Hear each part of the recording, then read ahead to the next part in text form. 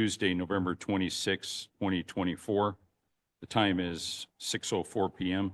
Lieutenant Dan Roach, would you do the honors, lead us in the Pledge of Allegiance tonight?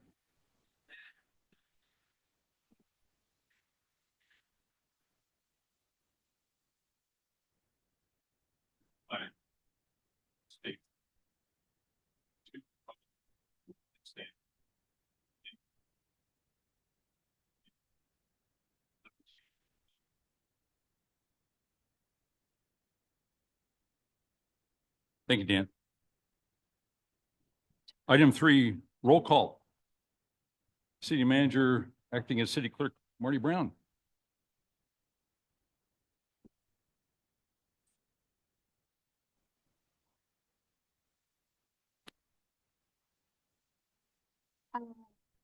Councilmember Vaughn. Here. Hey. Councilmember Thomas. Vice Mayor Smith. Present. Here. Thank you, Marty.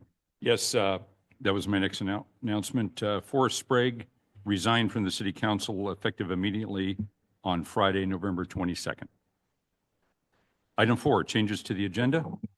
Marty? There are no changes. Thank you very much. Council members? Thank None. you. Item 5, ceremonial matters. We have a proclamation this evening. Item 5A, Pearl Harbor Remembrance Day, and I will read the proclamation, then present it to Lieutenant Roach and his colleagues. City of Willows Proclamation, National Pearl Harbor Remembrance Day. Whereas, on December 7th, 1941, as dawn broke over the island of Oahu, hundreds of bombs pierced the sky as Imperial Japanese Navy forces launched an unprovoked aerial attack on the American naval base at Pearl Harbor, thrusting America into a conflict that would forever change the course of human dignity, freedom, and history. Although the bombardment lasted only 2 hours, it was devastating, destroying nearly 20 American naval vessels, including 8 battleships and more than 300 airplanes.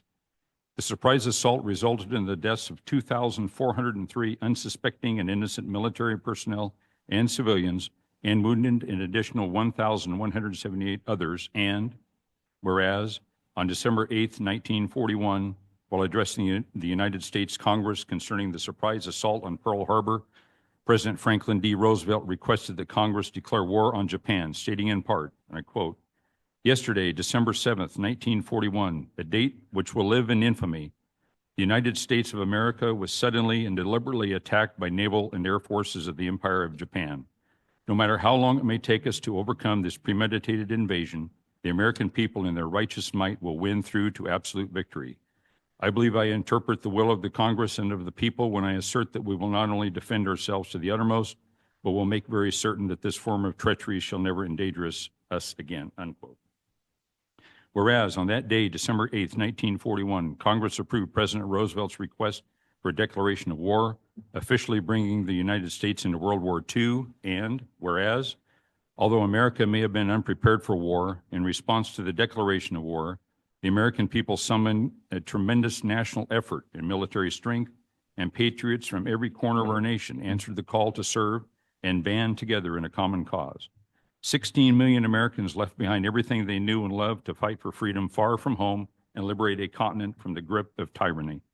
Individuals from all backgrounds and walks of life courageously crossed oceans and stormed beaches, uplifting a generation and paving the way for our fiercest adversaries to become some of our closest allies. And whereas the sacrifices of our military personnel at Pearl Harbor became a prelude to those that America's brave fighting forces would endure around the world for the next 3.5 years.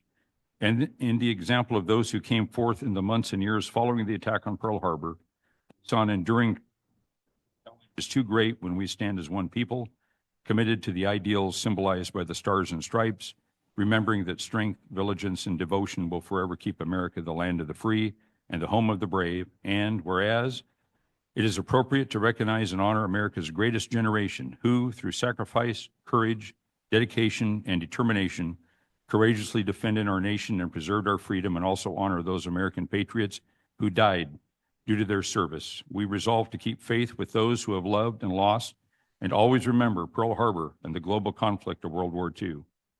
Now, therefore, I, Gary Hansen, Mayor of the City of Willows, on behalf of the Willows City Council, do hereby proclaim December 7th, 2023, 2024, that would be, as Pearl Harbor Remembrance Day in the city of Willows. I call upon the citizens of Willows to observe this solemn occasion with appropriate ceremonies and activities and to pledge eternal vigilance and strong resolve to defend our nation and its allies from future aggression. A witness whereof I have hereunto set my hand and have caused the seal of the city of Willows to be affixed here to this 26th day of November 2024. Lieutenant Roach.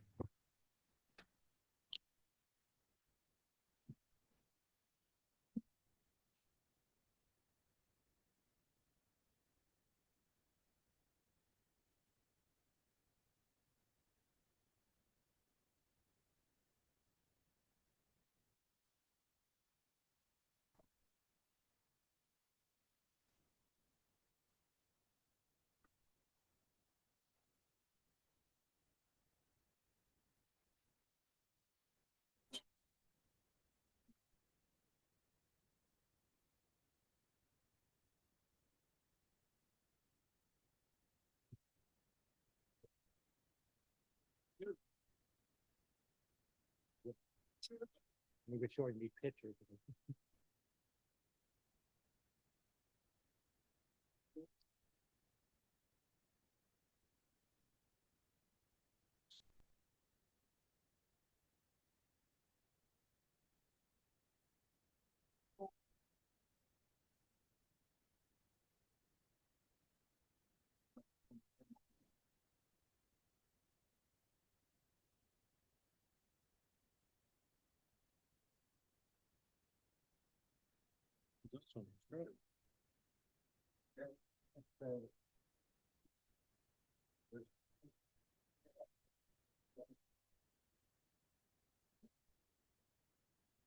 Thank you, John.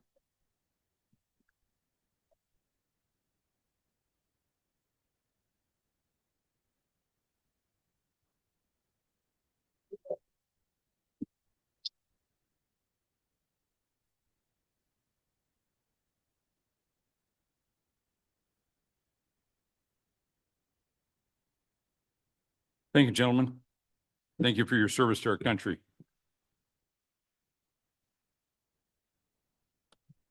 Item 6, presentation. Item 6A, Pioneer Community Energy Overview.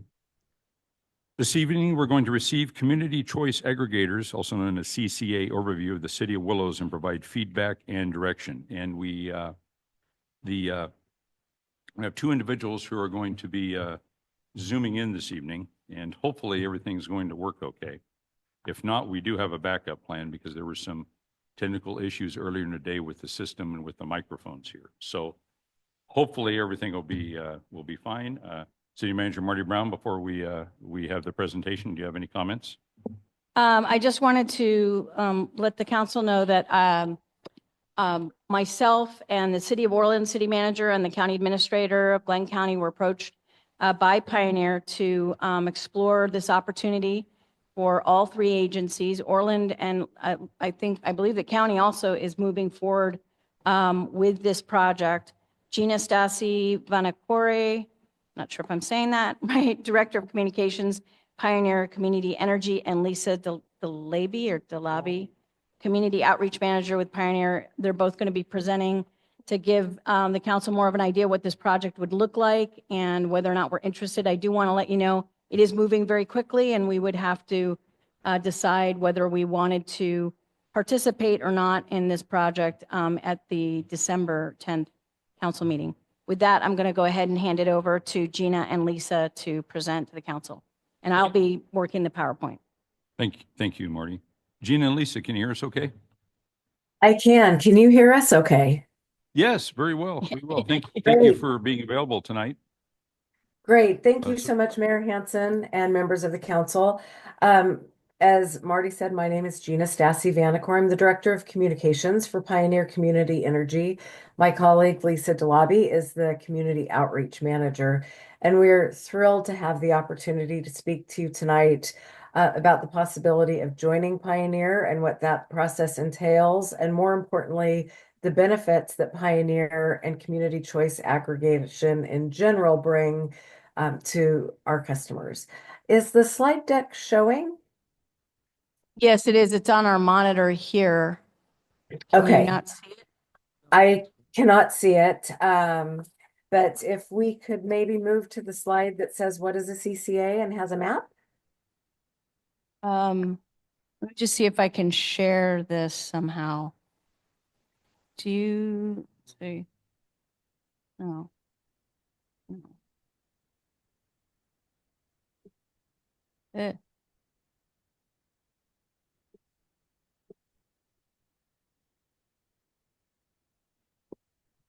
I don't know. Well, council, you can see it on the monitor, correct? And you have hard copies? Yes. Great. I can't seem to make it work so that you can see it. That's So okay. I'm going to go ahead and click through it though. We can see it on the monitor and I'm on the first slide. Great. We can adapt. So I'm looking at the slide that said, what is a CCA? So Pioneer Okay. Great. Pioneer Community Energy is a community choice aggregator. We do exactly what our name implies. Community means that we are invested in the communities that we serve. We are completely community and customer focused. Choice means that we are an alternative to PG&E. Again, no one is forced to join Pioneer. We are an alternative.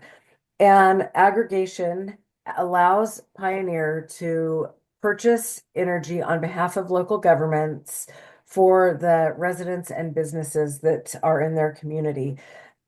Community choice aggregation was born out of the energy crisis of the early 2000s. And today there are more than 25 CCAs located throughout California. We serve more than 200 communities and 14 million customers. If I can draw your attention to the map, you'll see that many of the CCAs, which are indicated by green on the map, are coastal. Pioneer is one of the very few inland CCAs, which becomes significant because it makes us a little bit different from some of the other CCAs, which we will discuss in the next slide. So on the slide that says, why choose Pioneer? Can you see that? Yes. Yes. Thank you.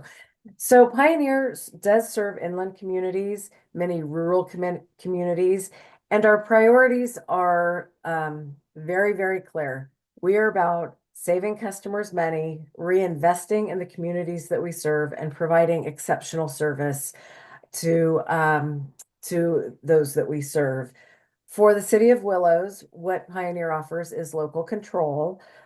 We represent about 40% of every energy bill because we represent the generation portion. It does not solve all the challenges associated with energy, but it does give the City of Willows a local voice. It gives you an opportunity to talk about the programs that we would create, the types of energy that we use, and it gives you some voice in your energy future. We are a joint powers authority, not for profit, so your general fund is protected. And over the course of the last 6 years, we have saved our customers $104 million. So we're really proud of that savings. The other thing that we are very committed to is community reinvestment. We do that in a number of ways. We prioritize local power purchase agreements. We incentivize biomass and small hydro projects. We also really work hard to be a good community partner, and that takes a lot of different shapes and forms, whether it be sponsoring local events, participating in local chambers, or just helping share information about the energy market in general. Next slide, please. So how does a CCA work? There are three parts to the energy equation: the electricity or generation, how it's delivered, and then how it makes its way to the customers. Pioneer's role is in the electricity part. We purchase power on the open market, and then we are able to pass on, and we buy from many of the same sources as PG&E. We do not buy from PG&E or through PG&E. And we are able to pass on the savings that we are able to negotiate because we do not have 100 years of legacy costs. We don't have large corporate headquarters. We really do run pretty lean and mean. And the biggest thing is our customers are shareholders. We don't have for-profit shareholders that we have to pay out. So we purchase the energy, we send it to the California Power Grid, and PG&E distributes that energy through its infrastructure, which is the lines and poles. That would be indicated as transmission and delivery on a customer's electricity bill. The energy makes its way to the customer, and the customer is I'm sorry. Customers are served by both Pioneer Community Energy and Pacific Gas and Electric. And they get one bill. Pioneer is clearly delineated on the bill, as is PG&E.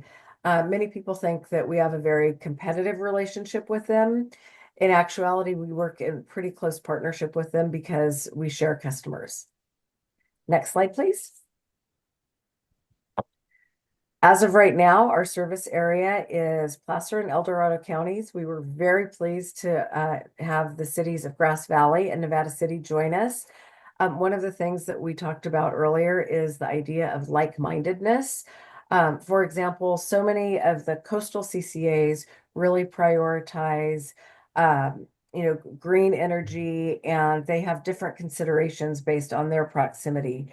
For Pioneer, we really prioritize ratepayer savings and community reinvestment. And for that reason, we believe the city of Willows, as well as the city of Orland and Glenn County, would be a really strong fit for our CCA. Next slide, please. So benefits to your citizens, I don't need to go through every one of those, but I will tell you there are many benefits to joining a CCA. For Pioneer, first and foremost, it's about savings and local control and having a voice in your energy future. We also are really proud of our customer service. We get very high ratings. Unlike many other customer service models, ours does not focus on call volume or call brevity. Ours focuses on customer satisfaction, and we do what it takes to make sure customers have the answers and the information that they need, and that they feel really good about the experience that they've had with us. We do have a number of programs that reflect the unique needs of the communities that we serve. We have a community advisory committee that meets 6 times a year, and they help us determine the priorities of the programs and help us generate ideas for programs that might be really helpful to customers.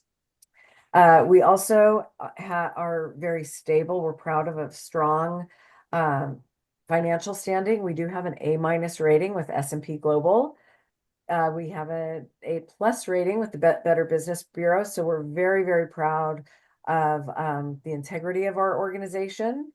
And again, these are all benefits that we offer to the city and to your citizens. And we will discuss a bit more about all of our programs a little bit later in the slide deck. Next slide, please. So one thing I'd like to touch on is the governance. We are a JPA, and we are one member, one vote, and there's no weighted voting. So should the city decide to join Pioneer, you would have a seat at the table. One of your council members would serve on our board. We are very transparent in all we do, and you would have a voice in rate setting. We do that usually once a year, again, in a public forum, and also about energy mix and programs. So again, it really does elevate the voice of your community through our board. Next slide, please. At this point, I'd like to turn the slide deck over to my colleague, Lisa, who will speak a bit more specifically about community reinvestment, some of our programs, and how you would go about joining Pioneer if you are so inclined. Again, I do want to reiterate, we're not asking you to join Pioneer tonight. This presentation really is informational. However, at the end of the presentation, we would like to get some direction for how you would like us to work with city staff moving forward. So, Lisa, at this point, I will turn it over to you. And again, thank you so much for your time tonight. Thank you so much.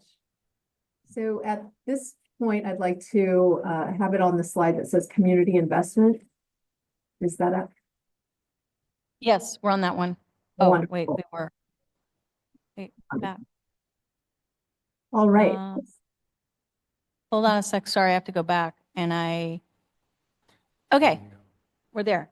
Wonderful. Sorry. This slide really details the way that Pioneer reinvests in the communities that we serve. As Gina mentioned, we're committed to cost savings and community investment. And she also told you that since 2018 to 2023, we have saved our customers 85 million, and we're projecting another 21 million in 2024. We're proud of our local power purchase agreements that we have managed in the territories that we serve. One example of that is a $37 million contract that we signed over 10 years. It's a power purchase agreement with the El Dorado Irrigation District. And if we do work together in the future, we would be looking at and exploring some power purchase agreements in your area as well. We also have allocated a special program. It's a 15 million budget for feed-in tariff to support local biomass and small hydro projects in the service territories that we serve. We also have worked with Placer County Water Agency, spending over $10 million on energy and resource adequacy purchases. Gina mentioned local community programs. We've allocated $2 million in energy efficiency programs with direct impact to our customers. And we've also been working closely on renewable energy credits. We've worked with Sierra Pacific Industries and Lincoln, and we've partnered with them and really allocated over $1.2 million with them. So I'll go on to the next slide. Pioneer is a very strong advocate for biomass. We sponsored and led legislation which passed on a unanimous bipartisan basis, which enabled us to participate in the BioMap program, which launched in the spring of 2024. As I already mentioned, we have our feed-in tariff, which is a Pioneer unique program that really incentivizes investment in biomass and small hydro projects. And this benefits our community and helps create local jobs. Last year, we hosted a biomass tour with legislators to really provide an opportunity for legislators to learn more about biomass. And so we're planning another event with legislators in March. And we worked with the Air Pollution Control District, Sierra Pacific Industries, and CAL FIRE on that collaboration. In general, our advocacy is ongoing with legislators and also regulatory agencies, and it helps us really promote biomass energy, grid stability, among other things. And we're also working to develop a biomass plant with the Western Placer County Management Association, WAPMA. Next slide, please. Lisa, excuse me for a minute. Sure. Could you maybe speak up? I'm having a little trouble hearing you. Could you maybe, you're kind of trailing off at times. If you could speak up, Okay, sure. could very well be my ears, but I was having trouble. So thank you. Okay, no problem. That's better. We should be on the program slide. Yes, we are. Okay, so just to confirm, any program that a customer already has with PG&E, whether it's CARE, FARA, or Medical Baseline, those programs carry over to Pioneer. And additionally, you'll receive Pioneer-specific programs that you would also receive. We have an online marketplace for customers to learn more about solar and receive bids from solar companies. We just launched a zero-down lease program with Tesla for residents to pair solar and battery storage, and it provides stability to rates and helps with grid outages. We've partnered with Greenlight to provide low-cost LED lighting to retail shops in our service area. We've also launched an HVAC tune-up rebate program where our customers can receive up to $75 in rebates for tuning up their HVAC systems. We also have a Power Shift Rewards program, which actually rewards customers and businesses when they lower their usage when the grid is stressed out. And we're also launching, it's called our Hourly Flex Pricing. It's a program, it's an hourly fixed program that incentivizes savings for our ag customers to run their irrigation pumps during off-peak hours. So that is coming soon. Next slide. As Pioneer's Community Outreach Manager, we are committed to being community partners in the areas that we serve. We're actively involved with RCRC, the Rural County Representatives of California, to help identify potential biomass projects that lead to economic development. We participate greatly with member agencies, chambers of commerce, committees, and events. We sponsor key events such as the League of Cities divisional event and local State of the City events as well. We sponsor marquee events like the Lincoln Potters Baseball Club and Sierra Nevada's Memorial Hospital Gala, just as a couple of examples. We also partner with different biomass energy alliance and associations, and we work with economic development groups. Next slide. And I just wanted to mention there is growing interest in joining Pioneer from various jurisdictions such as Butte County, Nevada County, Sutter County, Tuolumne County, and the cities of Live Oak, Yuba City, Sonora, Chico, Orville, and Paradise. And Orland and Glenn County, we met with Glenn County this morning, and they've opted to move forward with the impact. Both have opted to move forward with the impact assessment studies. So we just wanted to, I'll go to the next slide. This slide provides a timeline and where we are. And as I mentioned, there's 10 jurisdictions interested in moving forward with impact assessment studies. And we really want to let you know that the total cost of that impact assessment study is $30,000, of which Pioneer funds half of that, which leaves $15,000, which would be split between Glenn County, Orland, and the City of Willows, amounting to $5,000 each. That impact assessment study is going to look at 2 years of energy pattern data and usage, and really give us some information on timing and if we have the resources to move forward, and usage information. So with that, just wanted to let you know, we would really like to have all of the jurisdictions together for our implementation plan that we submit to the CPUC in March. In doing so, we would need to come back to your board. We would have the impact assessment study. We would go over the findings with you. And then in January and February, we would possibly have the first and second readings of an ordinance to move forward. And that's just a real brief breakdown of the timeline for you. And if you have any questions, we'd be happy to answer those. Yeah, thank you, Lisa. Thank you, Gina. Council members, questions, comments, who would like to begin? Councilmember Thomas? How does that work with solar, those customers that have solar now, or the city that has solar? So if So, go to the appendix, there is a slide on solar. Whether you're on any solar rate plan that you're on with PG&E automatically transfers to PG&E. There's no difference in that. It doesn't change. Whether you're NEM 1, NEM 2, or SBP, solar billing plan, it does not change. You're not impacted or affected. And in fact, Pioneer pays a ½ cent more per kilowatt hour than PG&E does. So that's behind. I don't think the appendix is in your packet, is it? It's here. there's, It is? here. Okay. Does it require state rate approval like PG&E? No, we set our own rates, and we do so through our board, and usually every year in December. And the state doesn't have anything to say over it? State does not have any say over it, although we do report everything to the CPUC and to the CEC. This question is probably more for Marty or the attorney.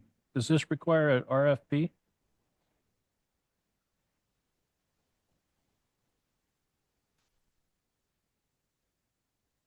I would think City of Orland, City of Willows, and the county would all have the same issue. Do you know if it requires an RFP on our part? It does not require an RFP. However, there are several CCAs out there, and some of the other jurisdictions that we have spoken to did reach out to some of the other CCAs. I will tell you, not all CCAs are interested in expanding at this time. Pioneer is kind of in a unique place because there is a lot of interest. And the truth is, we're uniquely positioned because in the CCA movement, so much emphasis in the early years went to those coastal environments, and the inland areas really were overlooked. And so when Pioneer came along, it presented a very unique and good opportunity to work with more of the inland areas and more of the rural areas. And that is the biggest distinction between Pioneer and some of the other CCAs, as well as our commitment to customer savings. So as the CCA gets bigger, is there a limit on the size of the board? So if you're 15 communities now and you get to be 50 communities, is the board going to be 50 people? As of right now, there is no plan to change the structure of the board, and there is no plan to move away from equal weighting. But that does make the idea of like-mindedness and making sure that members who join Pioneer really buy into the same priorities that we do. And our priorities are very clear. The board makes it very clear. Our number one priority is saving customers money, followed by taking those savings and reinvesting in the communities that we serve. That's just- it, Gary. Yeah, thank you, Rick. Councilmember Vaughn? Thank you, Mayor. My questions, I'm going to have to go through on a page-by-page basis since I wrote them down that way. So who owns this organization? Who are the owners? Our customers are our owners. And So what is the organizational structure? I know you said it was a JPA, but somewhere along the road, somebody's running this business. And even if it's a nonprofit, it has to cover expenses and I assume some salaries and other expenses, Yes. plus the purchasing of electricity. So what's the structure of this JPA? So we have a board that is comprised of the local electeds, and then we have an office that's headquartered in Rockland, California. We have 20 employees, and that's where the operations of the organization take place. And our CEO is Don Eckert. He is widely respected and very well known in the CCA community. And we've got a fantastic power procurement team that goes out and buys power on behalf of the member agencies. So do you buy power from PG&E and everyone else they buy power from? So you basically compete with them for the buying of power? We do compete with PG&E on the power purchase. Yes. So in the model, you mentioned $85 million in savings.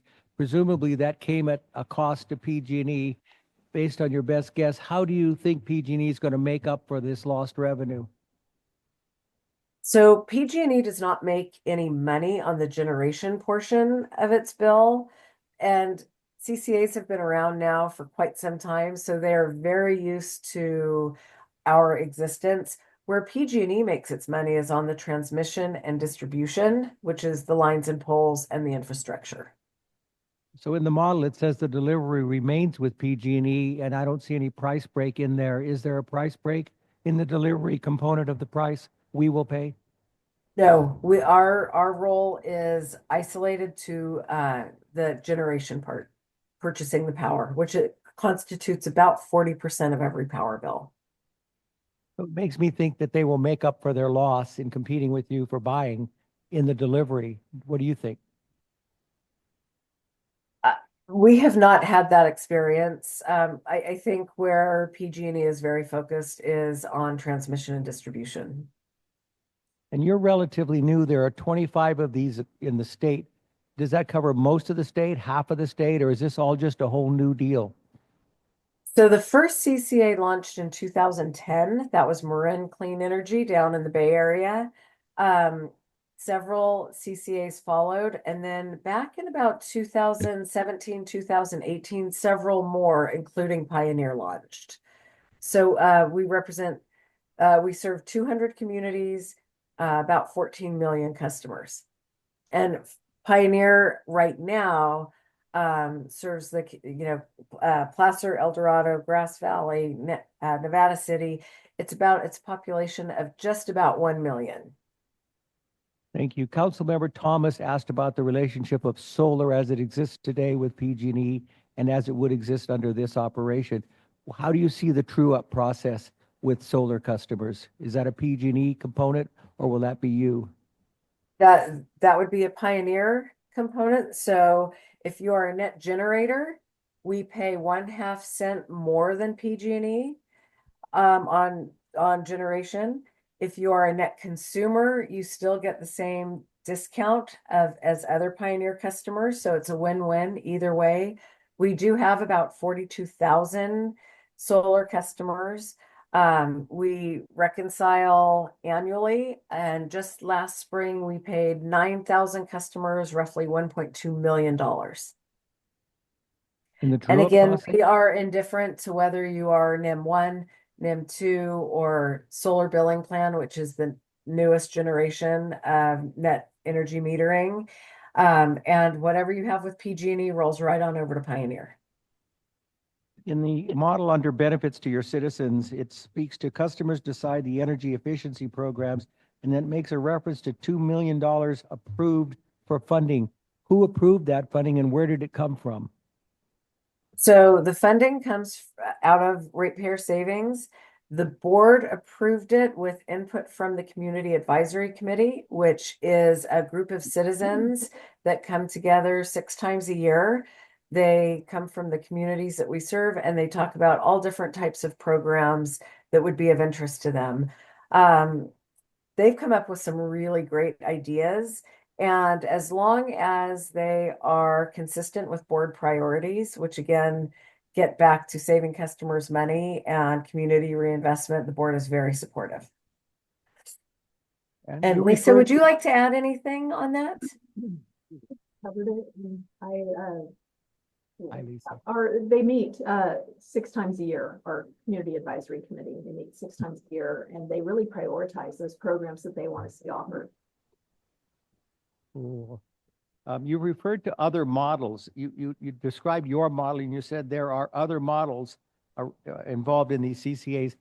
How are they different and why did you pick the one you picked?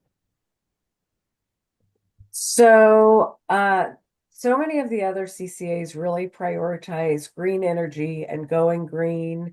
That's all fine.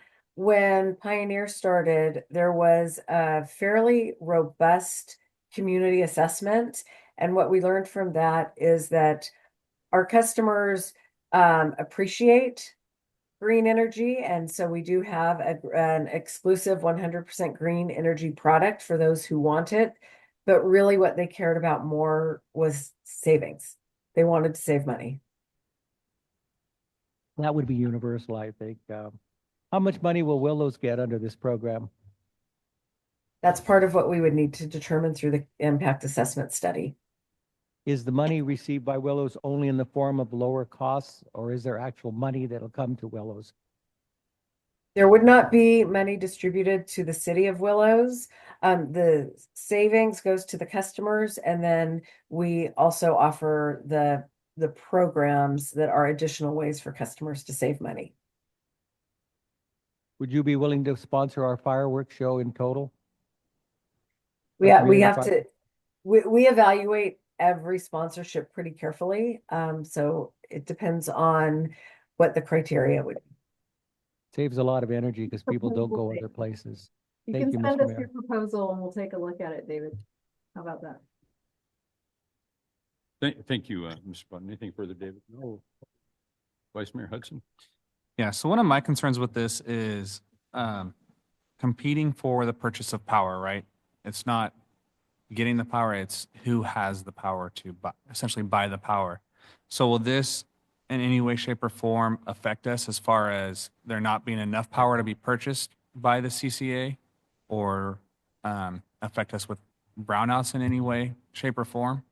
No, so You in guys terms, not being able to, by you not being able to get enough power to provide to all the contracts that you have, all your customers?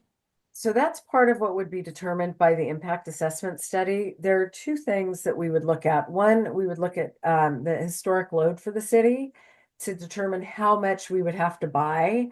The other thing that we have to be very mindful of is that we remain in state compliance because the state of California would like us to be 40% green by 2030. And so we would look at the load and then we want to make sure that one, that we can afford it because we want to be able to ensure ratepayer savings. And we don't want our existing customers to shoulder the costs of expansion. So that's one thing that the impact assessment would show. The other thing is it would tell us exactly what resources we need to buy. I am fully confident that we would be able to purchase power on the city's behalf and do so in a way that keeps us in compliance. Yeah, because one of my concerns is we're small town, right? So when it comes to where we rate on the scale of your customers, we're probably not going to be at the top of that list as far as who's providing the best net benefit for your business. So that's one of my concerns there. And then when I'm a little bit confused here, when it comes to like the PPAs that we already have in place with our solar system, we still continue making our payments to them, or are you guys taking over those contracts as well? So Or- so we don't require a PPA, but if you have an existing PPA, that would roll over. Whatever you have right now just rolls right on over to Pioneer. Okay. And again, just to clarify, you received one bill from PG&E. Pioneer, there's a sample bill in the appendix. Pioneer is listed Yes, on the energy generation side. So you're a customer of both Pioneer and PG&E, one bill. And what would you say the net savings for a town about our size would be? I mean, do you have any customers close to our size that? We do. I I mean- believe I believe you are very close in size to the town of Loomis. And not much, and maybe Grass Valley and Nevada City are a little bit larger than you, but not significantly. And there are a lot of factors that go into rate setting, but we would not offer this service if we did not believe that we could save you money. And the other thing that I would just like to reiterate is, again, we are a choice. So if your residents did not want to join Pioneer, it's the opt-out is very easy. All you have to do is go to our website. There's an opt-out button right on the homepage, and it takes about 30 seconds. Can I make a comment? Yes. I just want to comment that I was at California League of Cities Sacramento Division meeting in Loomis about 3 or 4 months ago, and we had a presentation on this. And Pioneer, you guys represent Loomis, right? Or you're in Loomis, yeah. And the council there, these meetings are mostly run by the councils, the council members in California League of Cities, and they were really enthusiastic and excited and really liked this program and just didn't have enough good things to say about it. Just thought I'd throw that in there. Thank you, Marty. Devin, anything further? In the event of a lawsuit, is the city held liable, or do you guys provide coverage for us? Or is it mandatory for the cities to put into a pool for No. that event? No, because we are a JPA, the city is protected. That keeps a firewall between the city and Pioneer. That's all I got for you. Thank you. And thank you You're for the welcome. presentation. Thank you, Evan. Yeah, Gina and Lisa, it's nice to be able to see on the screen now, look at you. That's good. So, yeah, several of my questions have been answered, already asked and answered by my colleagues, but just to clarify, Mr. Thomas opened up with asking you a question about, basically, do you or do you not fall under the jurisdiction of the wonderful CPUC? And I'm unclear as what the answer was.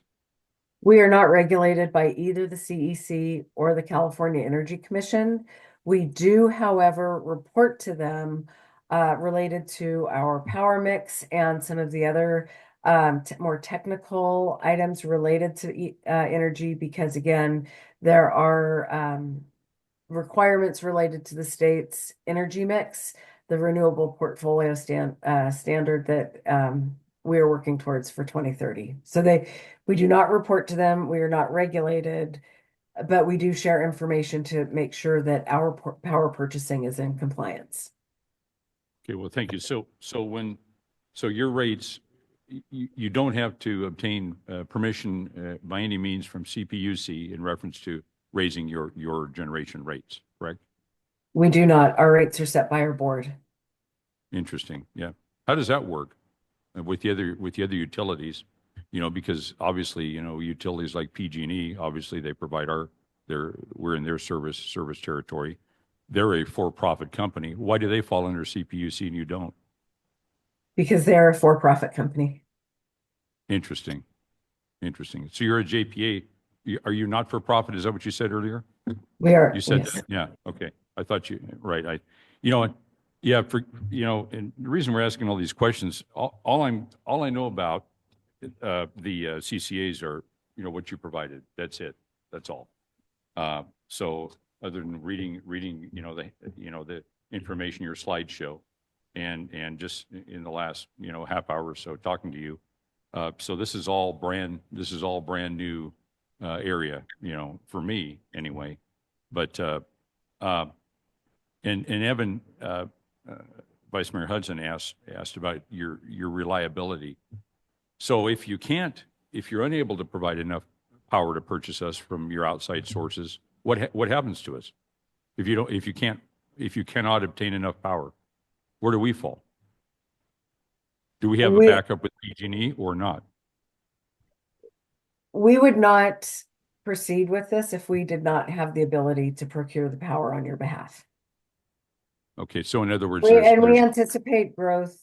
And so many of our contracts, our power purchase agreements are long-term in nature, 10 years, 15 years, 20 years. So we would look at adding the city and then looking long-term at how to supply that power. Okay, well, thank you. And how many are currently on your board again? How many board members do you have? 11. 11. And as you grow, and Rick answered, you know, asked a question in reference to this, you know, along these same lines too.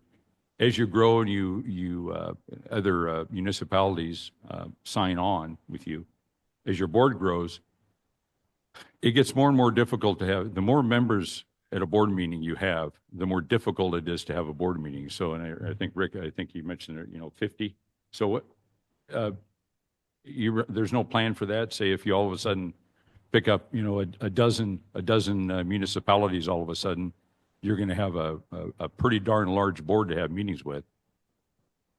That is absolutely correct. And that is something that our board is very mindful of and has actually given a lot of consideration to. It's also why the idea of bringing like-minded communities together is so important, because we do have very different priorities than maybe someone in Berkeley might have, or someone on the coast. Sure. Right. Yeah. Yeah. Of course. Right. Yeah. We are in California, by the way. Yeah. So yeah, we know how that is. Can I ask one more quick question? Does Pioneer have any ambitions to start forming its own power producing facilities, or is it strictly just going to be a third-party purchaser? We do not have any plans for that, largely because of the cost that's involved. So at this point, we are very focused solely on power procurement. So there were some percentages thrown about in your slideshow in the packet that we have. What type of it's okay? It's my understanding that PG&E does not earn a profit on power that they purchase from outside sources. It's basically a pass-through, if you will. In other words, if, it's my understanding, correct me if I'm wrong, that when PG&E has to buy power, it's, through transmission distribution, the end user utilizes the power, and they don't charge an additional profit. It's only the amount that they pay for purchasing that outside power. Is that correct? Correct. They do not make any, they don't make any money on the generation portion of it. Right. Where they make their money is through their lines and poles and the transmission and delivery services. Okay, very good. Okay, so thank you. So you're strictly generation side. So you're going to purchase power, but you're going to earn a profit on the power that you're selling us. We are not for profit, so we cover our costs. We are very mindful of what PG&E is doing, but we have a really good power procurement team that negotiates good pricing.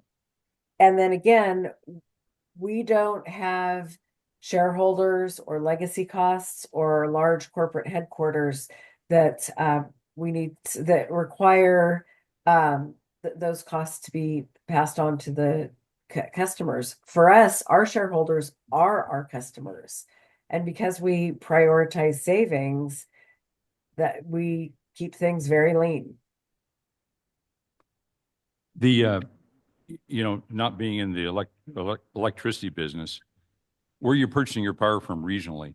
West Coast or California, outside California, Nevada, Oregon, farther out? Where does it come from? We prioritize purchasing power in our own service area. And then outside of that, we purchase from a variety of sources on the direct market, as does PG&E. And it really depends on what we need to make sure that our portfolio is compliant with the state standards.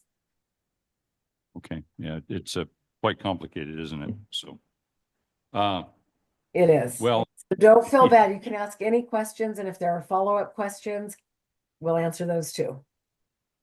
oh, sure. I'm sure we'll have follow-up questions. Yeah, absolutely. But, you advise that the assessment study is $30,000 and that Pioneer would pay for half of that, $15,000. And you're asking if we do, at a future meeting, if we do, depending on what direction we go tonight, right? But that you're asking $5,000 from each Willows, Orland, and the County of Glen for the study. Yes. Yes. Why wouldn't that be based on percentage of population? In other words, obviously, Glen County has, the bulk of the population. We have the least. Marty has her hand up. Marty. I do, because the administrators have been working to negotiate that, because the two city managers think that's an excellent idea. And but so far, there hasn't been much movement on that. That has not been something that Pioneer has been in at all. It's being negotiated between the three of us if the two cities and the county were going to move forward. Well, that's the way I look at it. On a percentage basis, with our dire fiscal financial situation here. $5,000 doesn't seem like a lot, but it's a lot in our budget right now. But just my thoughts. It's a different topic, I guess. Different discussion. I'm sorry, We have a David. declining. The two city managers agree with you. Can I have just one question real Yeah. quick? Is this a all or none situation to where if, let's say, Willows says yes and Orland says no, and the county doesn't know which way it's going to go, does that mean that it's either all three of us or none of us situation? It's not. And Lisa, do you want to take that one? Sure. We've been in contact with Glen County, and they have expressed they're moving forward with the impact assessment study. Orland has expressed they're moving forward with the impact assessment study. So if the city of Willows decides they don't want to participate, that's sure purview, but it would mean that Orland and Glen County would pay $7,500 each to move forward with that study. And they would have to, budget for that as well.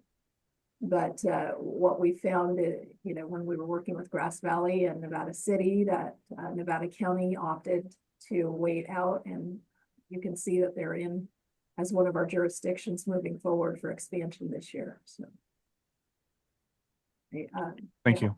I also wanted to let you know that audited numbers for the town of Loomis, which we've said is comparable to the size of Willows, they have received $1.7 million in customer savings from 2018 to March 2024, and those are audited numbers.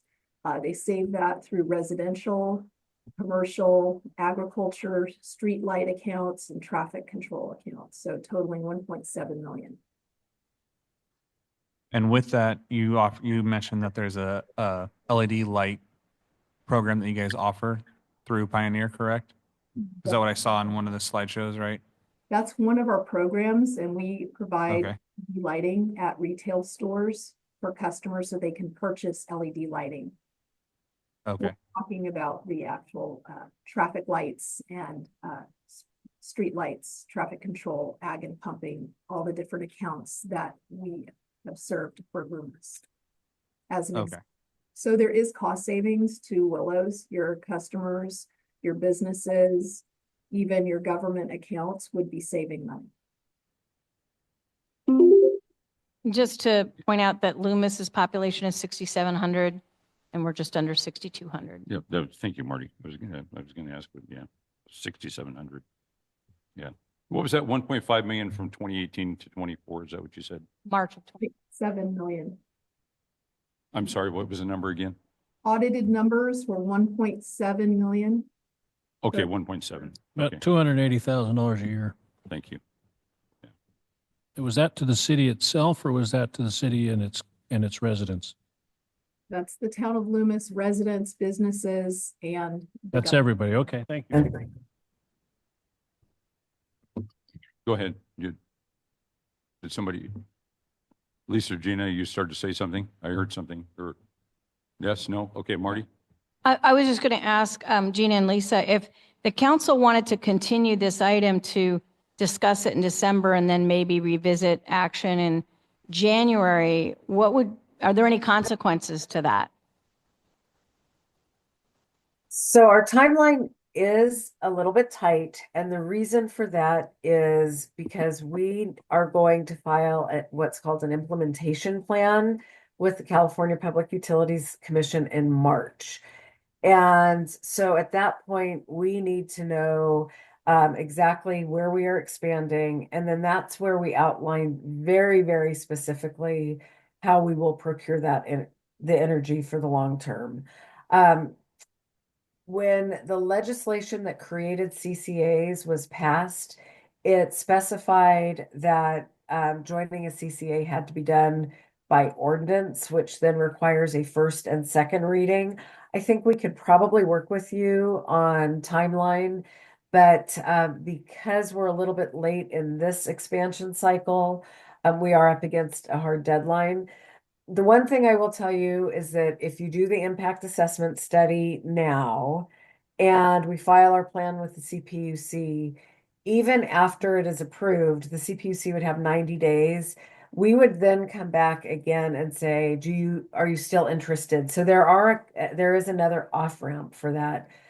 And again, if the timing doesn't work this time around, please, if you do the impact assessment, you might be able to catch us in the next cycle.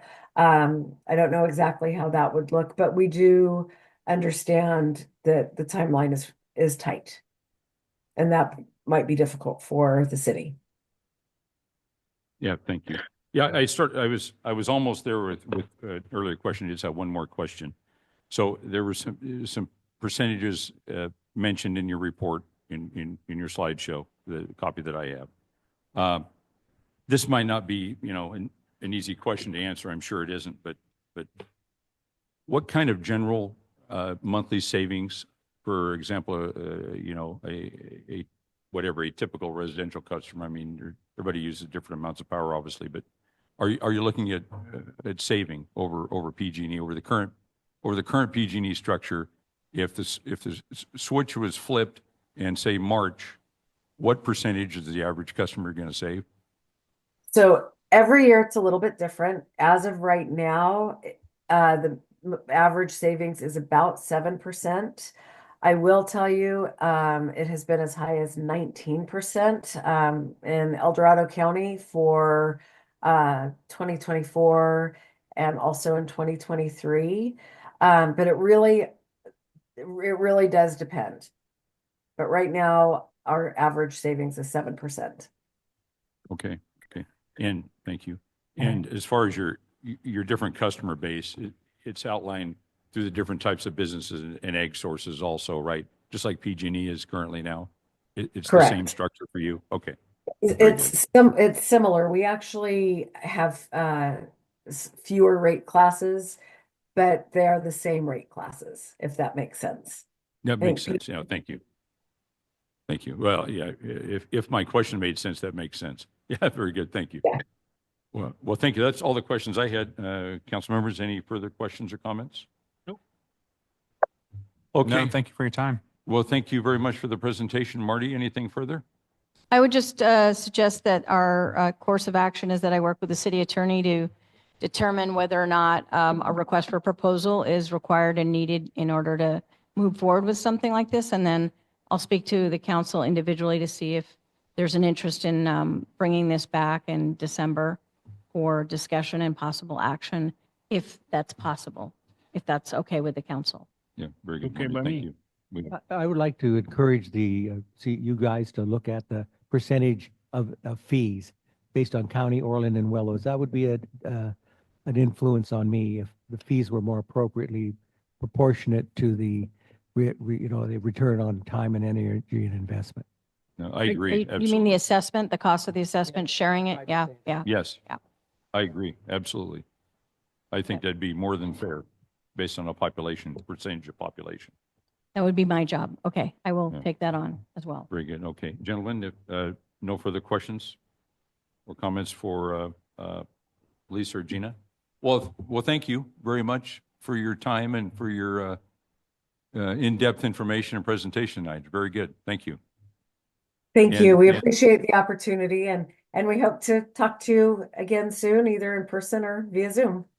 Very good. Looking forward to it. No, thank you Thank very you. much. And we're just glad the Zoom worked tonight. Everything worked great. So that's good. So Great. thank you very much. Thank you very much. Thank you. Okay. All right. Have a good night. Bye-bye. Okay, moving on to item 7, public comment and consent calendar forum. Are we, any further discussion reference to item? Are we clear in reference to item 6A? Well, I hope as we go forward, we look at the cost of electricity to the city itself. So 7% on my bill wouldn't be any good because I have solar and I don't pay any electricity. However, what the city pays and that whole business with what we're paying down there at the solar farm, I mean, I hope it might be very significant for the city. That would be the focus I'd like to see made on this in terms of us deciding on it. 7% to the citizens, great. If it's a huge amount of money to the city of Willows, great. Yeah, 7%. Yeah, that's a, pretty significant number actually, 7%. But no, I agree with the prorated based on population for that $15,000 actually, without just throwing the same amount of money in as our larger partners. But any further comments from the council? Okay, Marty, is the direction clear? Yes, it is. Thank you. Okay, very good. Thank you. Moving on to item 7, public comment and consent calendar forum. All matters on the consent calendar are considered routine and are approved by one motion and vote unless council members or the city manager first request that a matter be removed for separate discussion and action. Individuals wishing to address the city council concerning consent calendar items or regarding matters that are not already on the agenda are invited to make oral comments of up to 3 minutes at this time. And please, and there is just a reminder, ladies and gentlemen, please address your comments to the mayor and council members and not to staff or the audience. And also, by state law, the council is not permitted to undertake any action or discussion on any item not appearing on the posted agenda. Before we move on with the consent calendar, are there any public comments on any matters tonight not on the agenda? Yes, sir. Yeah, please approach the podium. It's not required, but is it appreciated if you could share your name? So, good evening. Sure. Good evening. My name is Bill Standard, William Standard. I am one of Willow's new residents. I added two to the population this year. Thank you. Welcome. Yes, you guys need it. I live at 725 South Tahama Street. I live in apartment number 11. And I'm happy to say that we have a full deck, fully rented out apartments, 16 apartments currently rented. I'm one of the residents there. We have children now living at 725 South Tahama. And you know, I'm all talking about the old Willows Inn. Yeah, right? yeah, Mhm. yeah, yeah. It looks very nice. Yeah, it looks great. Yeah. There's one problem. It seems that certain people are treating our roadway like it's Thunder Hill Raceway. We live in a 35-mile-an-hour zone, and I realize that it butts up against a 55-mile-an-hour zone further down Tahama. I personally suffered a great loss on that road 2 Saturdays ago. I lost a 9-month-old puppy to a speeding motorist who failed to even stop and offer aid. And boy, did I need aid. But my concern is not for my puppy right now. My concern is for the new residents there, the children, the animals, the elderly, the disabled, and we have all of that. It's not just the speed of the vehicles. There is very little road maintenance being done down there. There are no sidewalks other than the ones that my landlord built to suit the planning council. But that sidewalk leads nowhere. It leads onto a decrepit concrete bridge that has not seen maintenance in decades, gentlemen, decades. The road with dirt on that pedestrian bridge, you need a shovel to lift it off. Willows is very deceptive. It's a beautiful place. It's quiet. It's got wide open streets, beautiful sunsets. But underneath, there's hidden dangers, and one of them is speeding vehicles. I'm not saying, folks, I never speeded in my life, of course, right? I was 18. I love to rev the engine. But I really see no reason in a town of 6,000 people with what, 4 traffic lights? Is that what you got? And one of them just blinks. There's no reason to speed through any part of town. And I would just ask you all, I would sincerely invite you all to come down and knock on my door on apartment number 11. I'll give you cookies. I'll make you coffee. And let's sit outside and let's watch the traffic go. Let's take a walk on the pedestrian bridge. Let me show you where my little dog, puppy. I'm asking for help as one of Willow's newest residents. And Mr. Lucky out in the car, who's going to be traveling the same roads and paths that Buddy and I travel. So please come down, visit me. Let's talk. I really need your help. We all do down in Benton. Thank you. Yep, thank you. Thank Thank you, Mr. Standard, and welcome to Willows. Thank you. Run for city council. Is there any further public comment tonight on any matters not on the agenda? Yes, sir. Isaiah? So I have a question. How can we get another company like, because this is competing against PG&E, if I'm correct? It's Sure. kinda- There, right. Okay, how can we get one for garbage and recycling, like Chico has too. They have waste management and something, another one I can't pronounce. How can they get into this? It's permanent. It does come before the council for consideration, and we have received proposals from other firms in the past. Yes. I do not, or off the top of my head, Marty Brown, any idea when our waste management franchise? It's like, Service. you have at least like 10 more years on it. It's a, yeah, it's a long term. It's a very long. Most franchise agreements are usually 20 to 25 years long. And now my second question is, I know it's been blinking for quite a number of years, but the signal light on Sycamore and Tehama, Yes. will that be ever fixed or taken down and replaced with stop signs?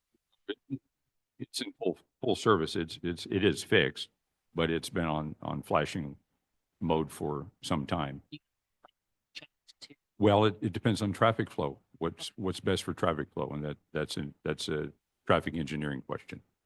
Yeah, and our staff is on. Our staff works on those types of topics continuously. So thank you, Isaiah.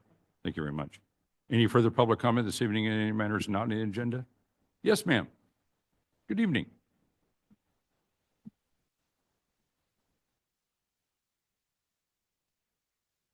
Thank you, Mr. Mayor, and good evening, council members. My comments are also on agenda item 6A. I wasn't sure if it'd be more appropriate for me to maybe ask staff later. So Ashley, speaking. Oh, and my name for the record. apologies. My name is Ashley Veneman. Yes, I was a Ashley. former Willows Hello, resident Ashley. for 4+ years, now a resident of City of Orland, and that was a great presentation, but I don't want to exhaust the topic any further, obviously, but I did have questions on 6A and some that I wanted to suggest the council push along if they get the opportunity to chat with that vendor again. But I can obviously save that as well too. Yeah, we can talk. after. Just briefly, I noticed that they probably solely serve local governments since they're a JPA. And they did slightly note that the legislation it's going to get a little bit tighter with the green energy and the climate change regulations coming, and they're getting tighter and tighter. And so I was curious if they had some sort of working relationship or like alliance, excuse me, with CARB, the California Air Resources Board, or something similar, and if they could maybe even offer us, because they said we have more of a local say and a buy-in, and I did notice the other jurisdictions they serve are regional. So maybe as like conglomerate or an aggregate, they can get us some carbon credits to work with and even buy us more infrastructure opportunities. So if we need more EV stations eventually, as a rural community, besides, Walmart and Blackbird Diner, if they could, possibly get us in on that, get us those opportunities versus PG&E, where they're able to just kind of shut down and say, there's no expansion on the grid for that. And so I'd be just very curious. I don't know if that's what the purpose of the study is too, before it's an actual buy-in, but I know that you're on a tight timeline. So I just didn't know if there was opportunity for public comment on that. I also noticed there was a bi-monthly customer advisory committee too, and I'm not sure if that is purely comprised of the JPA members or if that's going to be the public who opts in for this program and these projects. And so I would be curious to see the composition on that for membership. And then I have no idea what biomass was. So I wanted to ask you what that was. I try and stay really well on like the green energy sources, especially for our ag community, but I wasn't sure what type of biomass and hydroelectric projects that they support and that they want to bring here. Yeah.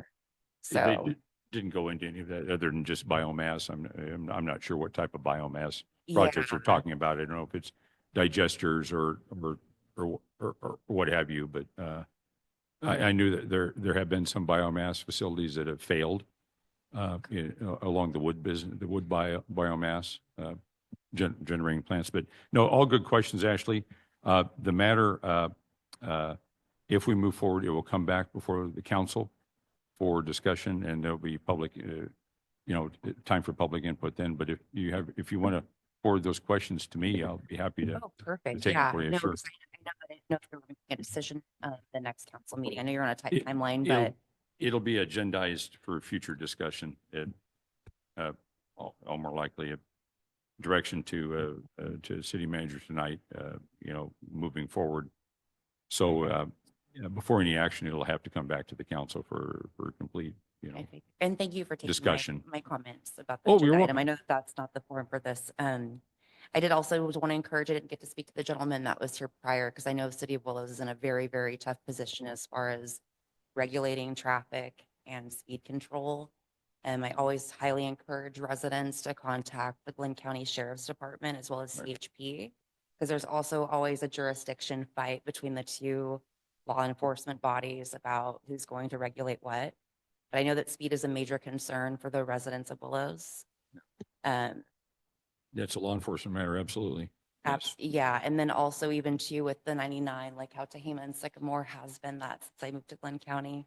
That can also even be a Caltrans matter too. So it's not just in your guys' hands.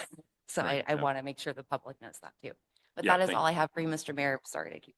Thank you, Ashley. Yeah, in reference to, thank you. In reference to public comment, we receive the public comment and then go from there. So, yeah. Absolutely. Well, Okay, thank you. thank you. Mr. Mayor, can I Yes. get that?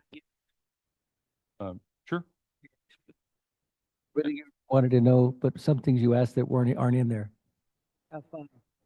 And Ashley, you know how to find me. Just go ahead and email those questions to me and we will utilize them.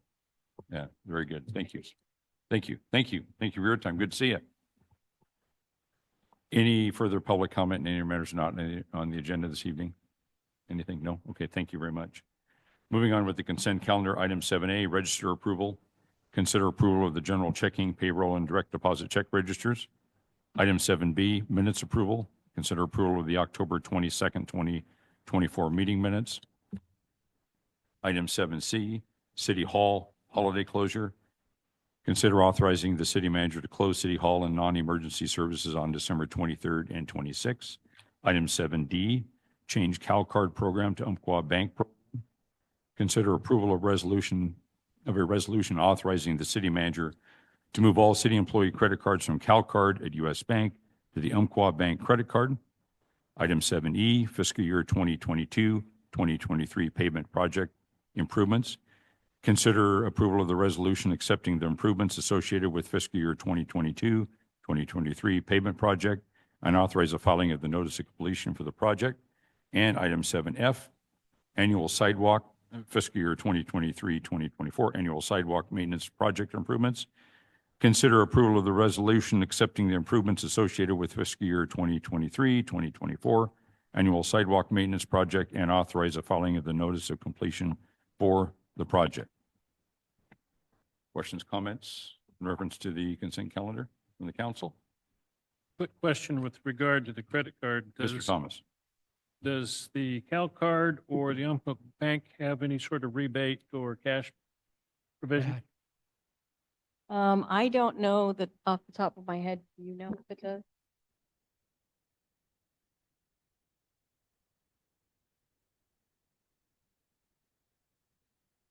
At that 0.5% that I saw on there. And it's 0.5% if we spend over $250,000 on it, up Yeah. to $750,000.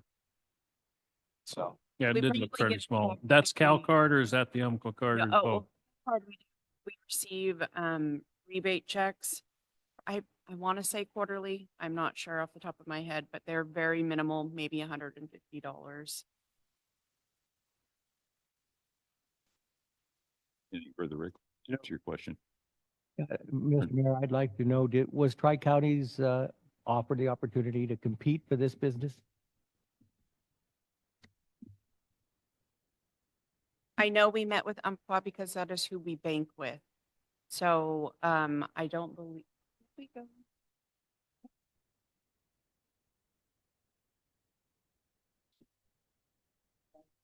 But we have to, we go out probably with an RFP in order to do that.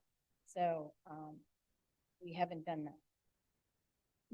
The only reason we're looking at this is, primarily for the purpose of customer service. US Bank is extremely difficult to deal with. And We don't have a personal banker there, and we do it Umpqua because we bank with them, and we have great service with them, and they're very responsive. And if we need to take a look at that tax allocation note for additional gap financing that I spoke to you about at the October 22nd meeting. It'll be a lot easier if we're already banking with have a credit card with our own bank already. That will make it much, much easier to do that, which is also, should be of tremendous interest to us. Very well. good. Want the best deal for the city. Just for, Mr. Vauden, just for, his, and staff, just for historical information.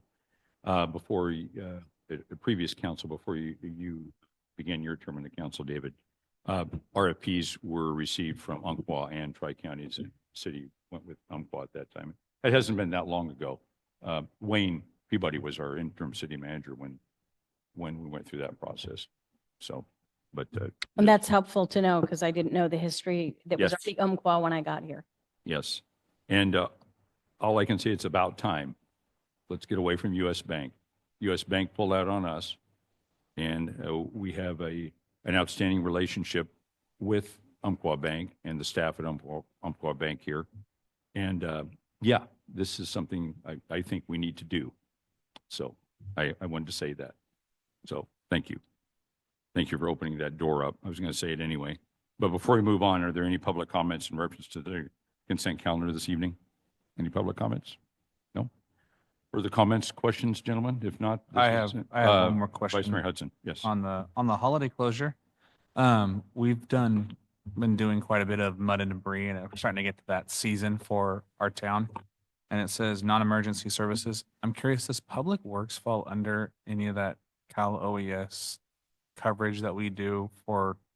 I know the fire department does it because I've done it, Right, but it I didn't know if there's any way to get Public Works under that when they're having to respond during those holiday times.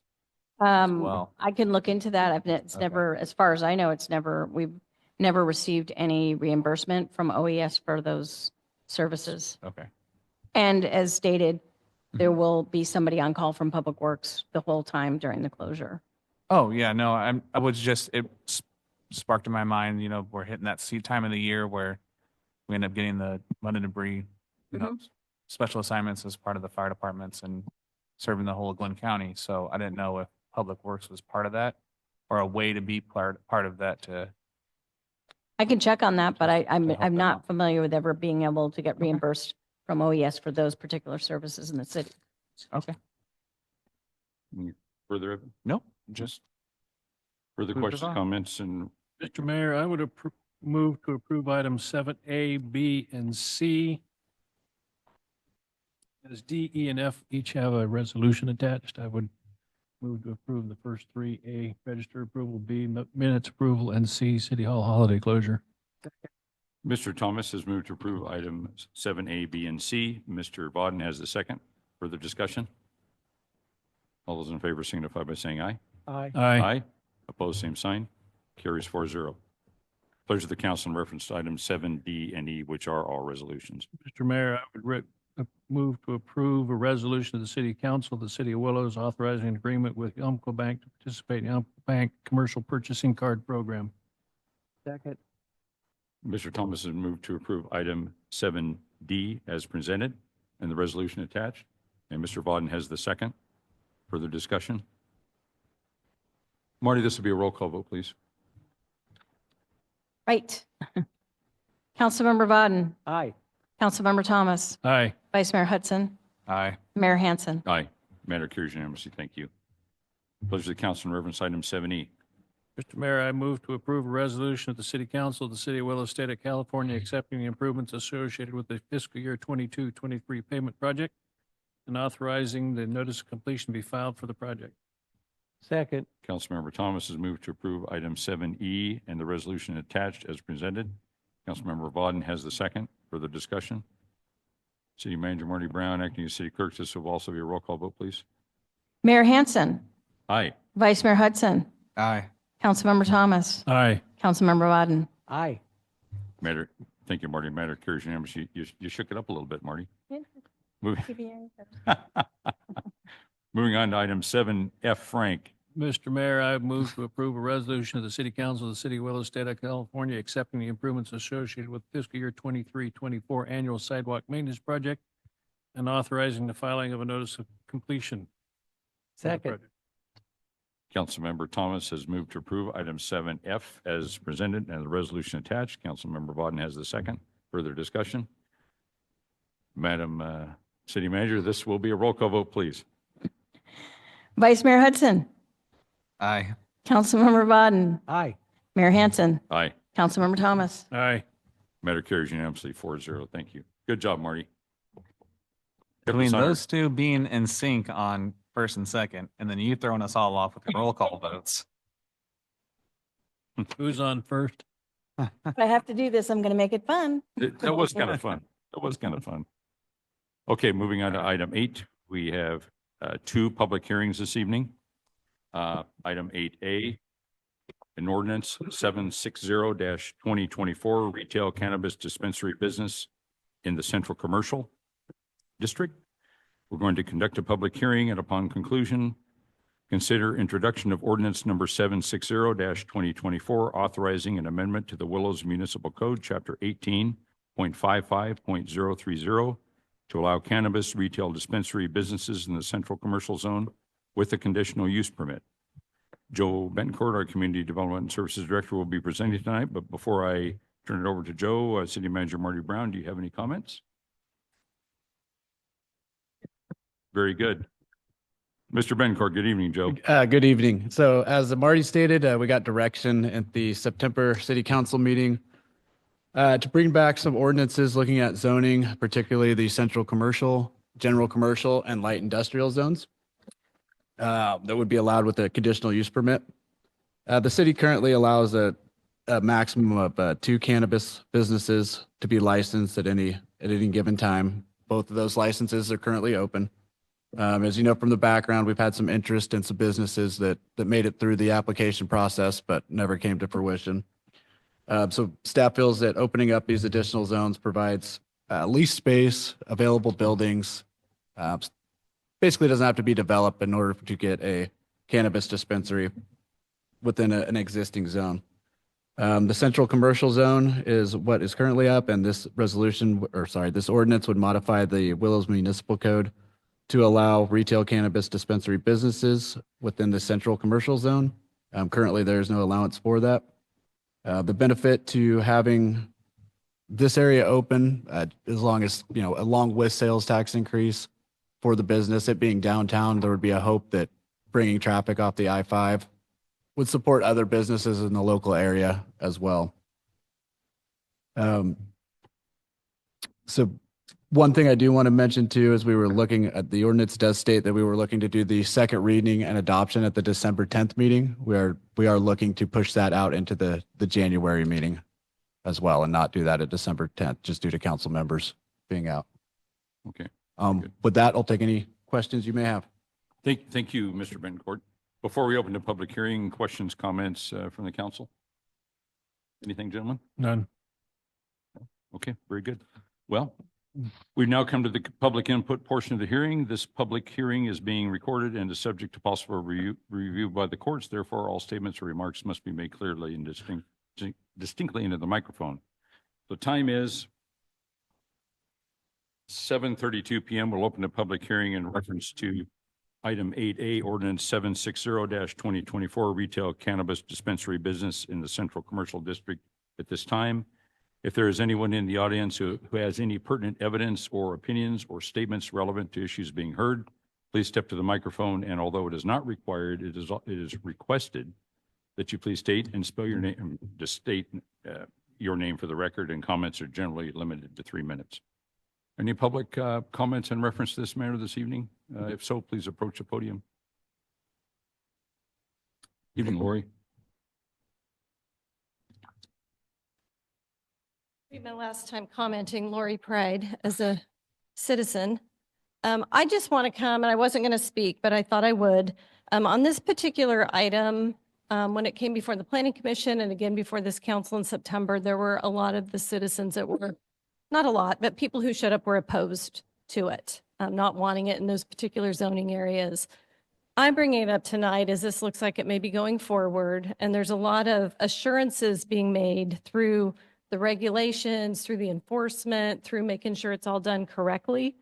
And so I just wanted to say, as a citizen at this public hearing on a first reading, that it behooves the city when we're going to change things and allow these kind of uses, when we hear the voice of our community saying no, and there's good reasons to move forward financially, that we make sure that we have the processes in place to enforce it, to manage it, to track it, because quite frankly, we don't have a very good track record right now doing that. So as a member of the public, if this goes forward, please, let's make sure that we do it and do it well. Thank you. Thank you, Lori. Any further public comment in reference to this matter this evening? If so, please approach the podium. Anything? Last call for public comment. Okay, hearing no further comment. Time is 7:34 p.m. We'll close the public hearing in reference to this matter at this time. Pleasure of the council in reference to item 8A or further discussion, comments, questions. If I may, I'd like to make a comment with regard to Lori's comments. I would agree that we need to have better enforcement of our rules and regulations, and I'm hoping with the passage of our sales tax, we'll be able to afford staffing which will allow us to be more persistent in pursuit of the violators of our code section. I brought forth a concern about the tobacco shop that's now operating next to Starbucks, and the bills that are plastered all over the window, and the banner that's hanging in addition to the sign on the building. So those code enforcement issues for signs, et cetera, like that need to be addressed, and we need to have staff to do that. Thank you, Mr. Thomas. Any further comments, questions from the council? Well, and again, in reference to Ms. Pride's commentary, over the many, many years of sitting in this meeting room and seeing people come to speak to issues and seeing the council respond to their presence, I would encourage leadership to always lead and not be unduly influenced by a small segment of vocal individuals who have a particular goal or agenda and then are allowed to influence the outcome simply by their presence. I respect their right to speak and to talk and to present, but I think leadership with a global picture of the issues at hand and a clear understanding of what's best for the city should act on what's best for the city, not to accommodate or placate a vocal minority. Thank you, Mr. Bodden. Anything further, David? No, thank you. Mr. Jackson? Nothing further. Okay, very good. Well, I have my own opinions in reference to our cannabis, retail cannabis ordinances. Being on the council in 2017, and I was also mayor that year. And attachment 4 in this package, I signed a resolution enacting the matter on behalf of the council. We spent considerable time as a council and city staff creating these extensive ordinances that are extremely thorough and cover all of the bases and topics that I wanted covered and that my constituents wanted covered, the majority of them at the time. As you know, I've expressed my verbal opposition to these changes. I stand on our original ordinance. I think it was well crafted, well thought out. I'm opposed to expanding the cannabis dispensary business outside of our existing ordinance whatsoever. Opposed to this matter and also the two following matters, which we'll get to soon as well. I don't want to beat a horse to death. Those are my opinions. I don't believe that marijuana is the answer. I understand states' rights. I understand the extensive codified statutes in reference to cannabis in the state of California. However, it is still a Schedule I drug and not recognized by the United States government. It's a Schedule I drug. And in my history, which I won't beat a dead horse with either, I spent many, many years enforcing the laws of this state and this nation and worked a lot of marijuana cases. It's not the answer, but those are my opinions. And we are a democratic republic, and we're considering this item tonight. I don't think it's the right course for the city of Willows. I'm opposed to it, and I haven't wavered on that. I just want to make my thoughts clear, and I'll conclude my comments on this matter at this time. And if my colleagues have no further comments or questions, pleasure of the council in reference to item 8A, and that would be in reference to the first reading by title only. Mr. Mayor, I would like to move the, what do I read? This is the first reading. The first. I move that the ordinance. Yes. Councilmember Vaughn has moved that the ordinance next in line be read by title only. Is there a second? Second. Vice Mayor Hudson has the second. Further discussion? All those in favor signify by saying aye. Aye. Aye. Opposed? Same sign. Carries 4-0 unanimously. Pleasure of the council in reference to this ordinance passing the first reading. Mr. Mayor, pass first reading. Read the title of the ordinance, Mr. Vaughn, please, for the record. City Council, State of California, modifying resolution 32-217, is that it? Just the title. That's eventually. An ordinance of the City Council of the City of Willows amending chapter 18.55.030 CC Central Commercial District of the City of Willows Municipal Code, specifically to add section 18.55.030 brackets 20 close brackets to allow cannabis retail dispensary businesses in the central commercial zone. All other text is to remain unchanged. So, Mr. Vaughn, your motion, are you requesting that the ordinance that you just read the title of pass the first reading? Yes. So the motion is that the ordinance that you just read the title of in reference to 760-2024 pass the first reading, correct? Is there a second? Second. Oh, seems to be a fight. Is there a second? Who wants it? Who wants it? I'll take it. Vice Mayor Hudson has the second. Further discussion? Marty, this will be a roll call vote, please. You knew I'd ask. Councilmember Vaughn, Aye. Councilmember Thomas, Aye. Vice Mayor Hudson, Yes. Mayor Hansen. Nay. Matter passes 3-1. Thank you. Item 8B, ordinance 761-2024, retail cannabis dispensary business in general commercial and light industrial zones. We're going to conduct a public hearing and upon conclusion, consider introduction of ordinance 761-2024, authorizing an amendment to the Willows Municipal Code, Chapter 18.60.030 to allow cannabis retail dispensary businesses in the general commercial zone with a conditional use permit. This is going to be Community Development and Services Director Joe Betancourt, unless Marty has any comments. Marty's going to hand it off to Joe. Joe, please.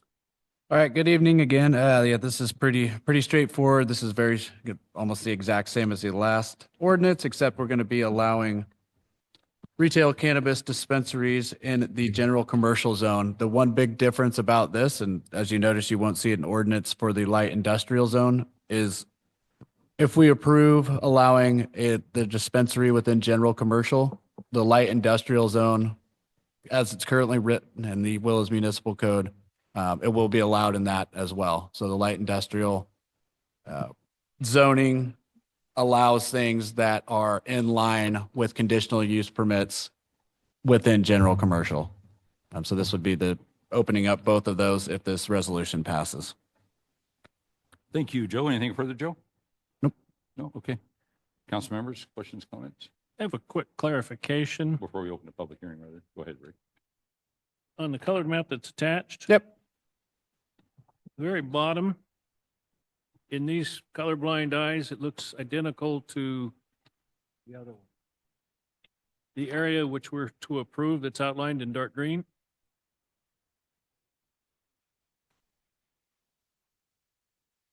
Just want to You're talking, clarify what we're actually, it's just this area and not this area?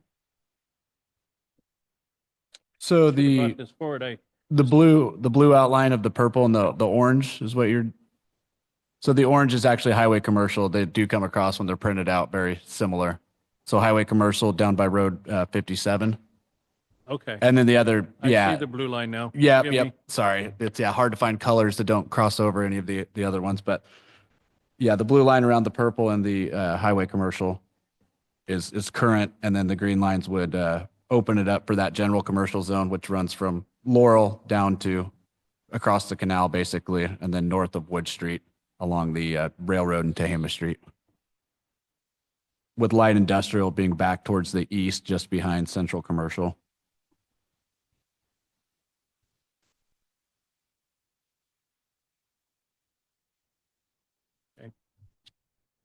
Anything further, Rick? Nope. Any further question or comments? Mr. Bodden? No thanks. Mr. Hudson? I'm just, yeah, no, nothing further. Very good. Okay. Joe, if you have nothing further, we'll open the public hearing at this time. Nothing further. Open a public hearing in reference to item 8B, ordinance 761-2024, retail cannabis dispensary business and general commercial and light industrial zones. The time is 7:44 p.m. We've now come to the public input portion of the hearing. The public hearing is being recorded and is subject to possible review by the courts. Therefore, all statements or remarks must be made clearly and distinctly into the microphone. And if there is anyone in the audience who has any pertinent evidence or opinions or statements relevant to issues being heard, please step to the microphone. And although those are not required, it is also requested that you please state your name for the record, and comments are generally limited to 3 minutes.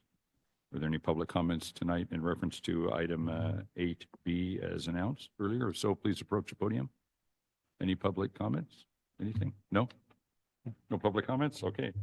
It's now say 19:45. It's 7:45 p.m. and we'll close the public hearing in reference to item 8B at this time. Comments from the council, if any? No comments? I have the same comments as I indicated earlier. I'm not going to restate them, but I feel the same way about this item as well. I think we had a solid ordinance in place, and I would like to see that ordinance continue as passed previously. Pleasure of the council in reference to item 8B in reference to the ordinance next in line be read by title only, if that's a pleasure of the council. I move that the ordinance next in line be read by title only. Councilmember Thomas has moved that the ordinance next in line in reference to item 8B be read by title only. Councilmember Bodden has the second. Further discussion? All those in favor signify by saying aye. Aye. Carries unanimously. Pleasure of the council in reference to this ordinance passing the first reading. I move Mayor, I that move to approve the first reading for item 8B, an ordinance of the city council of the city of Willows amending chapter 18.60.030 CG General Commercial District of the city of Willows Municipal Code, specifically to amend section 18.60.030 parentheses 11 to allow cannabis retail dispensary businesses in general commercial zone. All other text is to remain unchanged. Vice Mayor Hudson has moved to approve item 8B and ordinance 761-2024 pass first reading. Is there a second? Second. Either way. Who wants a second? David. Councilmember Bodden. Rick's pointing at you, David. Councilmember Bodden has the second. Further discussion? Madam City Manager, City Clerk, this will be a roll call vote, please. Vice Mayor Hudson, Aye. Councilmember Bodden, Aye. Councilmember Thomas, Aye. Mayor Hansen. Nay. Matter passes 3-1. Thank you. Thank you, Marty. Moving on to item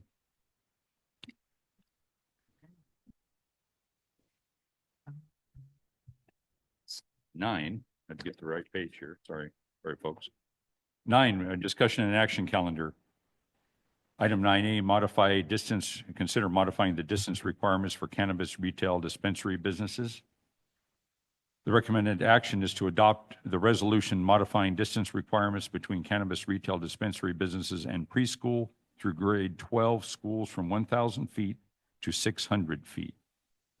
And Marty, any comments on this before I turn it over to Mr. Bencourt? Mr. Bencourt. All right, so this was the third part of the council recommended action to bring back. This resolution, as stated, reduces the setback limit from preschool through K-12 to 600 feet from 1,000 feet.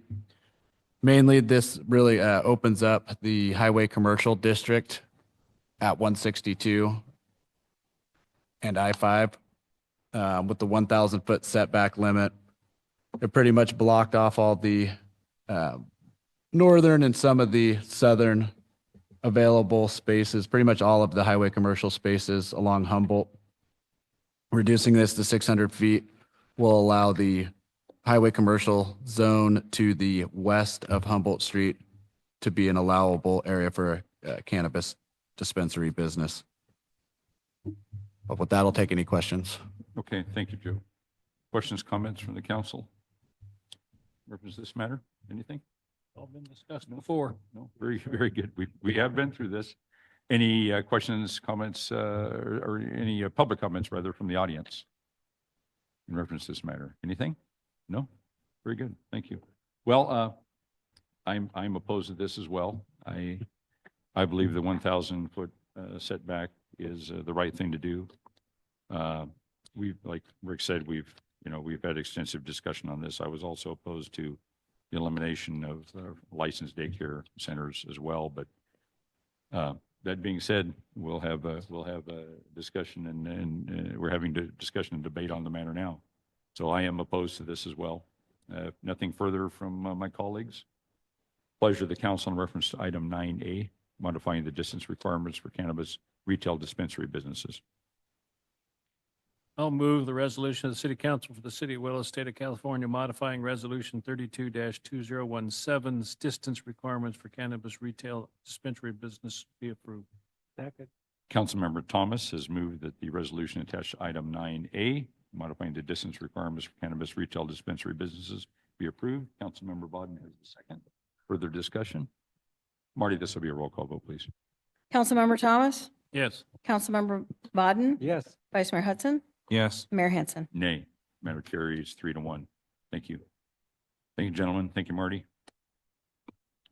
Item 10, comments and reports. Item 10A, council correspondence. I have not received any part of this meeting, Marty. Am I missing something? No, we haven't received any that I'm aware of, no. Yeah, the only, Unless you were emailed directly, then I no. was not. Okay. I was not. Or anyone on the council. Yes. So, any gentlemen, any council correspondence received by you? No? Okay. Item 10B, city council comments and reports. Let's begin tonight with, David, you'll go third, okay? Sure. Let's begin tonight with Vice Mayor Hudson, reference to comments and reports. Evan? No real reports, just a couple comments. David, it's been a pleasure serving with you. From my you. understanding, this will be your last meeting. Really? I don't get to go anymore? You can show up as many as you want, sir. Oh, never mind. It has been a pleasure and an honor working with you, and I look forward to our new city council. Sorry to see that Forrest has resigned early. We definitely butted heads, but sometimes I enjoyed the challenge as well of having somebody that thought opposite and just came from a different perspective. So it will be a different change, and I wish you both the best. And thank you for all that you guys have taught me in my year up here so far. Thank you, Evan. Rick? Well, I'd like to echo appreciation to David for your counsel on this dais for the last 2 years. I'd like to offer my congratulations to Lori Pride and to Matt Busby, who will be joining us on December 10th. Unfortunately, I have a commitment on December 10th, and I'll be one of those that'll be absent from this meeting. So I wanted to extend my appreciation and thanks to you, David.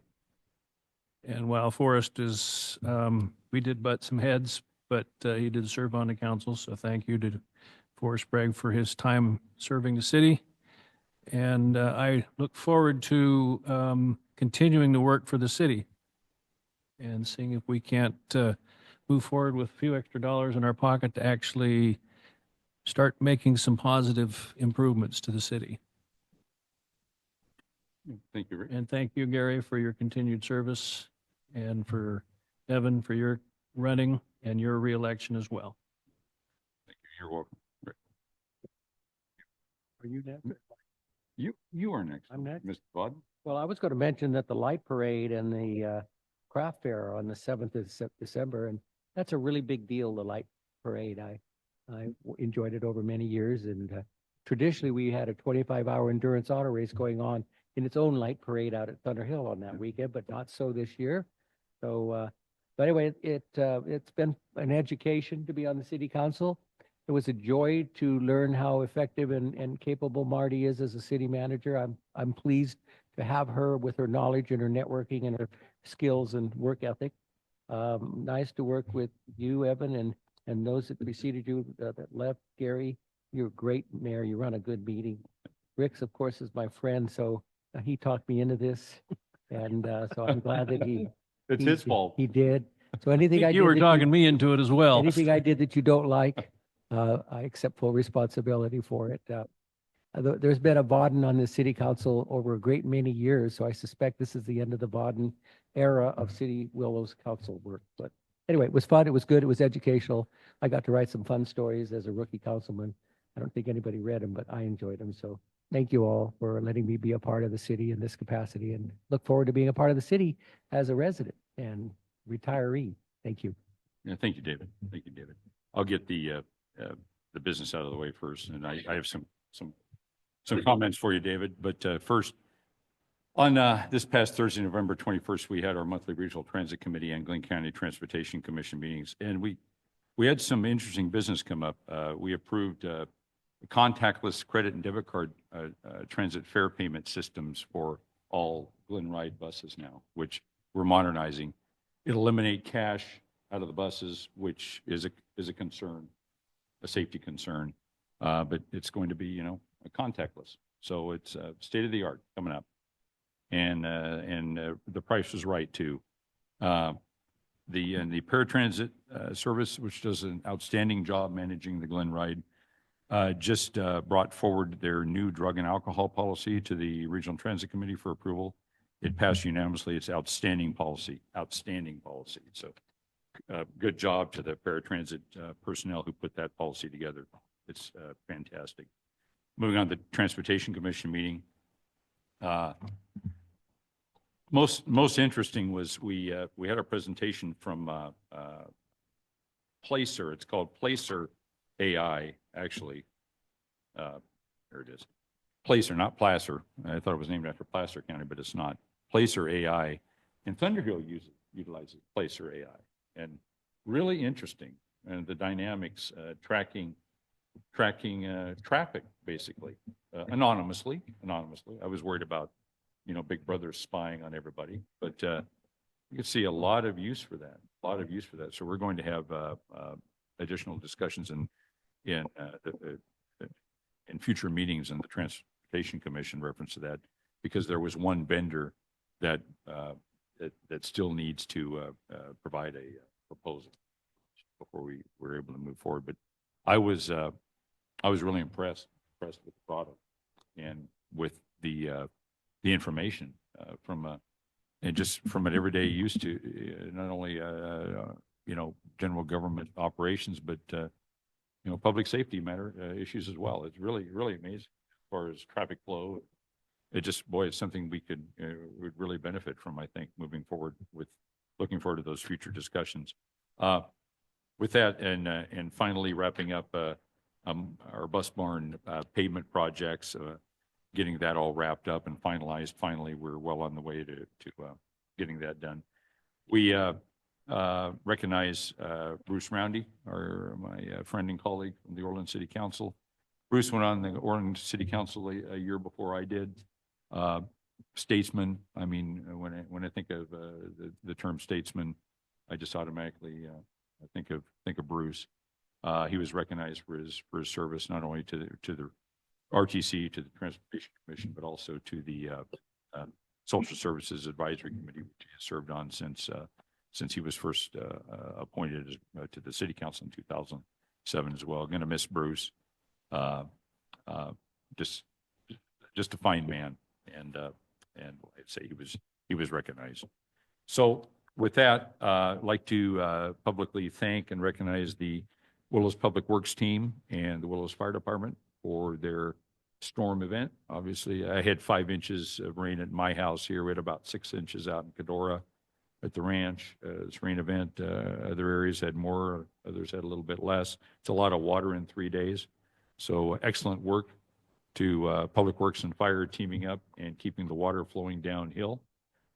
Everything worked well and smoothly, and Public Works jumped on it early when the storms were first forecast with their leaf removal, even though with the vacuum truck going down, perfect timing, right, for the clutch to go out in that old worn out thing, you know, but they've been getting it done with the backhoe and dump trucks, which takes a lot of time and effort, and running a 12-hour day in the backhoe on city streets picking up leaves is mentally numbing.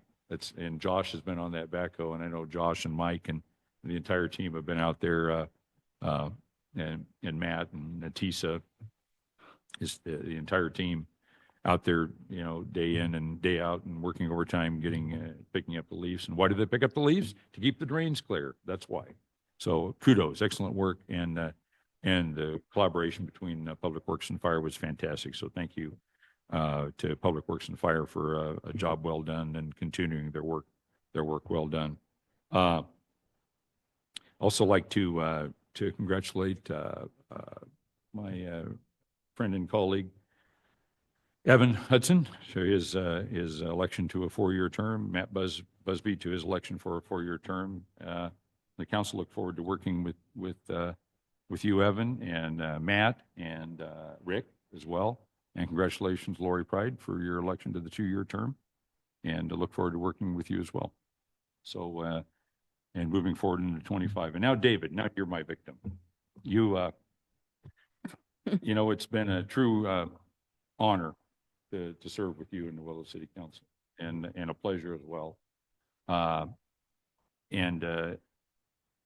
What I appreciate about you is your forward thinking, and you make decisions with your heart and your head, and which is doing the right thing, serving as a city council. You serve the city of Willows well, and it's been, like I say, a real distinct honor working with you and getting to know you. And I'm proud to call you my friend. And you've done an awesome job. You've worked hard. You're dedicated. You're sincere. You're a good person, and you try to do your very best, and you have done. So congratulations on a job well done, David. So Thank you, Gary. It's been a Appreciate it. I wish you the very best. You're actually going to retire. Really? Really? No. I don't know if I believe that. Yeah. Anyway, well, congratulations, David. And your job well done. Job well done. And wish you all the best and health and happiness. Okay. All right. With that, I don't think I have anything else. Anything else, gentlemen, before we close the meeting tonight? Before we go to item, I haven't forgotten, Marty. 10C, City Manager's Report. Just very quickly, I want to say that we started the first round of reviews for the vacant city clerk assistant to the city manager position. I'm very pleased about that. We received over 75 applications, and we will be doing interviews with the tier 1 most qualified candidates on Monday, and we'll see how that goes, and we'll very go good. from there. Very And then good. the only other thing I want to say is, David, it's been a pleasure working with you. You definitely keep us on our toes, and I've enjoyed the friendly banter. It's kind of like friendly warfare, but better, because you don't get hurt. It's been a lot of fun, and I wish you all the best, and I hope you'll stop by and visit us once in a while. Thank you. I shall. All right, great. Yeah, very good. Bring snacks when you do. I will. I did forget one thing. Anything further, Marty? Sorry. Okay. Thank you, Marty. I did forget one thing. I wanted to thank the majority of the citizens of Willows for passing Measure I. Thank God. Thank God. Yes. City of Willows will continue on. You don't have to worry about that D word, dissolving. So yeah, very good. That's fantastic news. So thank you to the citizens of Willows for that. So with that, moving on to item 11 this evening. Happy Thanksgiving. Have a great, festive, and safe week. And thank you to City of Willows team for all the outstanding work that you do day in and day out. And have a happy Thanksgiving. And time is 8:03 p.m. and meeting adjourned. Good night.